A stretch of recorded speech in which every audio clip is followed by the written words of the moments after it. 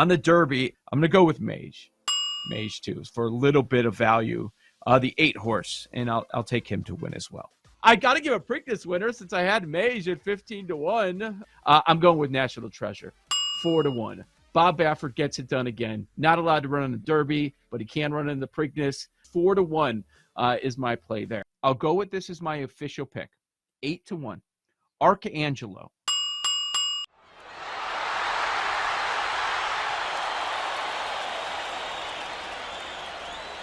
Joe O won his Triple Crown. He picked Archangelo to win, and you know what that means.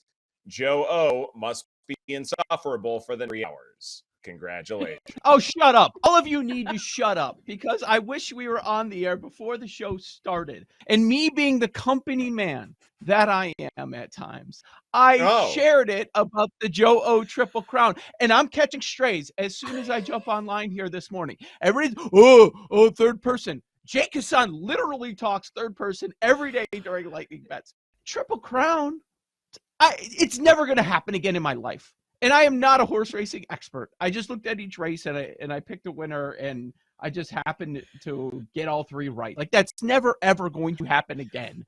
When I go to the track, if I leave about breaking even, like, that's cool. We had entertainment. We had a fun time for a few hours, and I didn't lose any money. But you guys, no congratulations. No, Joe, that was cool. No.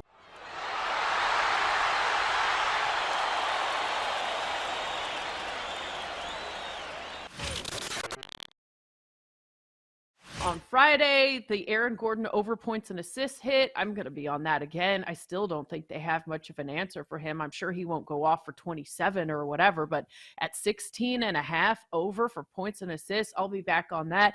And the Jamal Murray double-double, it's all the way down to a cute little plus 160. I remember when it was plus 370 like 2 games ago, but I'll be on that again. And then, Joe, you got me thinking about something.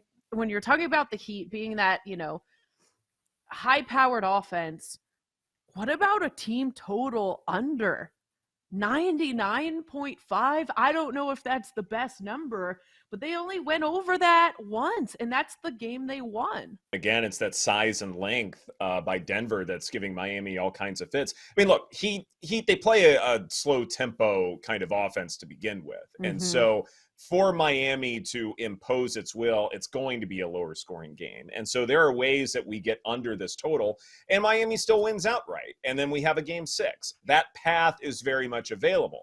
It's also available that Denver gets out to some humongous lead, and basically there are white flags waved and a bunch of role players playing the final few minutes in this contest. That's also a path for this to go under. I'm sure some people are betting on the PRA or they're taking a look, but then you pull up the number. I'm like, oh my God, this is unbettable.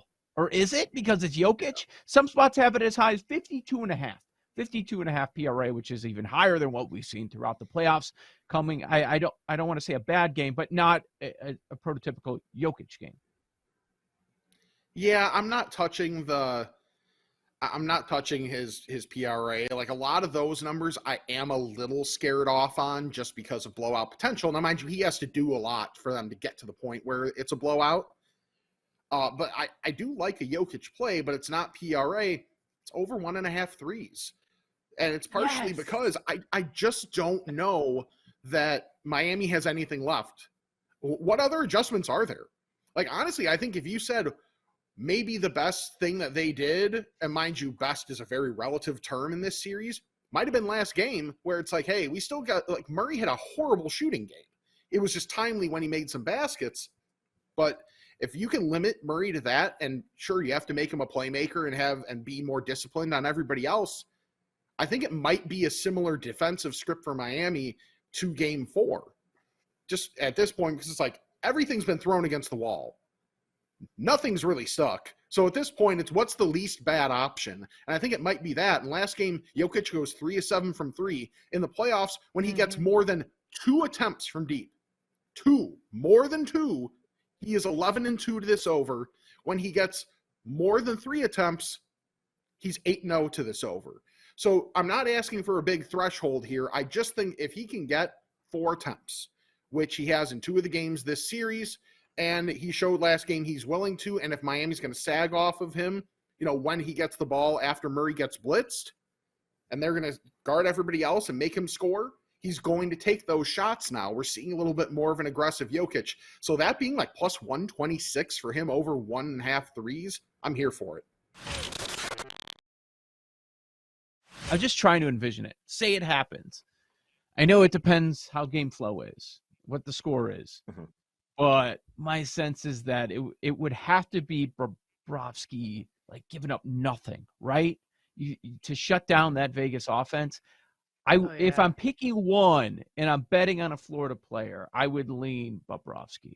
I wonder too, if that is the path, and it's a good one, then maybe you need to start betting unders, and you need to start doing that tomorrow night. The total is at 6. It is juiced to the under at minus 120 on BetMGM. That's probably the way to go if you think that is a serviceable path where Bobrovsky is, playing out of his mind.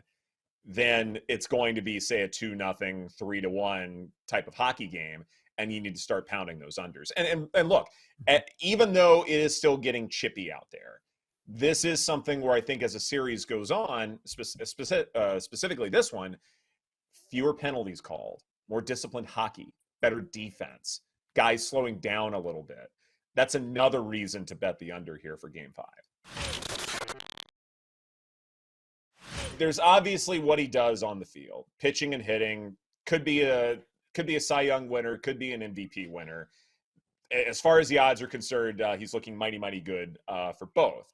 At the same time, there's also what he does off the field in terms of basically promoting the Angels, looking at, new fans who are now following the team and buying Ohtani's jerseys and the marketing and all that good stuff. What he's done for the Angels above and beyond just playing really, really well also matters a great deal. And as far as, say, the health or the financial health of the Angels, he does a heck of a lot for them.